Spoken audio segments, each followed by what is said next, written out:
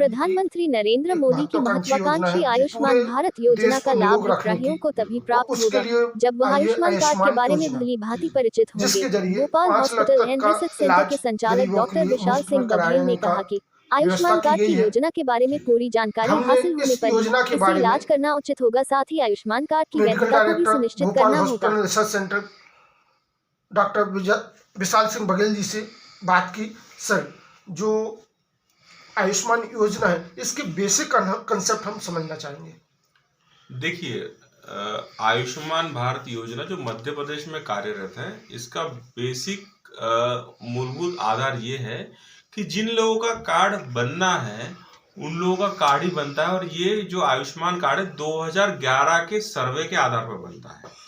अगर कोई व्यक्ति कहे कि मैं इस आयुष्मान योजना के अंतर्गत एलिजिबल नहीं हूं, मतलब वो पात्र नहीं है, और वो एसडीएम, कलेक्टर या कहीं पर भी जाए, कोई भी अधिकारी या कोई भी राजनीतिक दल या कोई भी व्यक्ति उसका कार्ड नहीं बनता अगर उसका 2011 के सर्वे में नाम हो। सर्वे में नाम जानने के लिए आपका आधार कार्ड तथा समग्र आईडी ये 2 डॉक्यूमेंट ले जाके हमें जिले के किसी भी आयुष्मान विभाग में, आयुष्मान ऑफिस में, आयुष्मान मित्र के पास जा सकते हैं और पता कर सकते हैं कि इस व्यक्ति का आयुष्मान कार्ड बन सकता है कि नहीं बन सकता। एक दूसरी बात, सबसे बड़ी गलतफहमी ये होती है कि आयुष्मान कार्ड बनने के बाद में हमारा पूरा इलाज निःशुल्क होगा।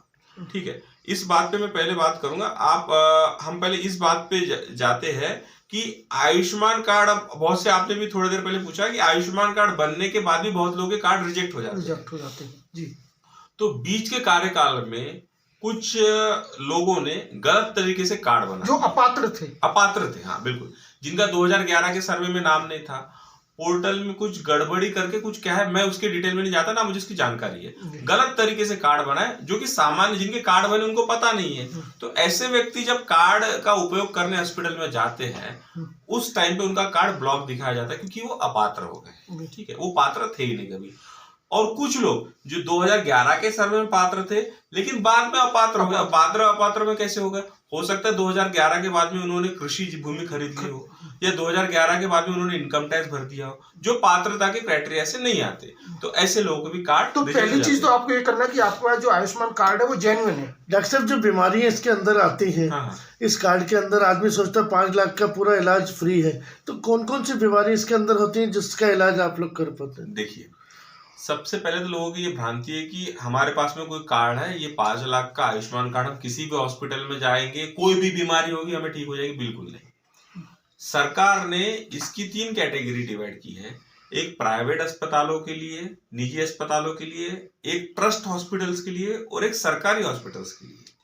जैसे हम डिलीवरी की बात करते हैं, डिलीवरी में नॉर्मल डिलीवरी करने का आयुष्मान के अंतर्गत का हक प्राइवेट अस्पतालों को नहीं है। अगर आयुष्मान कार्ड के अंतर्गत नॉर्मल डिलीवरी करनी है तो सरकारी हॉस्पिटल में ही होनी है। प्राइवेट हॉस्पिटल में सीजर्स, LSCS सीजर जो है, ये हाई रिस्क प्रेगनेंसी करने का प्रावधान है। ठीक है। दूसरी बात है, अगर पब्लिक चली जाती है कि मुझे सर्दी खांसी जुकाम है, बॉडी दर्द हो रही है, बॉटल लगानी, मैं आयुष्मान कार्ड ले जाके कहीं भी किसी अस्पताल में भर्ती हो जाऊं, ऐसा नहीं है। हर हॉस्पिटल को अलग अलग बीमारियों के लिए चिन्हित किया गया है और उसी बीमारी को, उस हॉस्पिटल को उसका इलाज करने का हक है। ऐसे कोई भी हॉस्पिटल कोई भी बीमारी का इलाज नहीं कर सकता।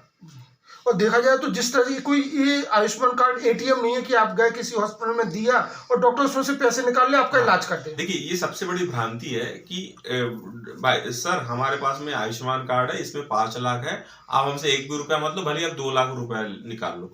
ऐसा कहीं पर भी संभव नहीं है। कोई भी डॉक्टर, कोई भी हॉस्पिटल आपके आयुष्मान कार्ड से अपने मन मुताबिक पैसे नहीं निकाल सकता। हर चीज के रेट शासन द्वारा निर्धारित है, जो कि अस्पताल को उतने ही उससे पैसे मिलते हैं। उदाहरण के तौर पर सामान्य वार्ड, जनरल वार्ड का किराया 2100 से 2200 रुपए मिलता है वार्ड हॉस्पिटल को। एचडीयू का किराया 3536 रुपए मिलता है और आईसीयू का 5400 रुपए मिलता है। एक दिन में इस राशि से ज्यादा मेडिकल मैनेजमेंट कोई भी हॉस्पिटल पैसा निकाल नहीं सकता। एक बात होगी। दूसरी बात, समझ लो कोई बड़ी बीमारी, बड़ा ऑपरेशन की बात कर रहे हैं, तो बड़ी बीमारी में बड़ा ऑपरेशन, अगर कोई किसी चीज का, जैसे कूल्हे का ऑपरेशन है, इसमें इम्प्लांट के साथ में हॉस्पिटल को समझ लो 1 लाख रुपए अस्पताल को शासन दे रही है।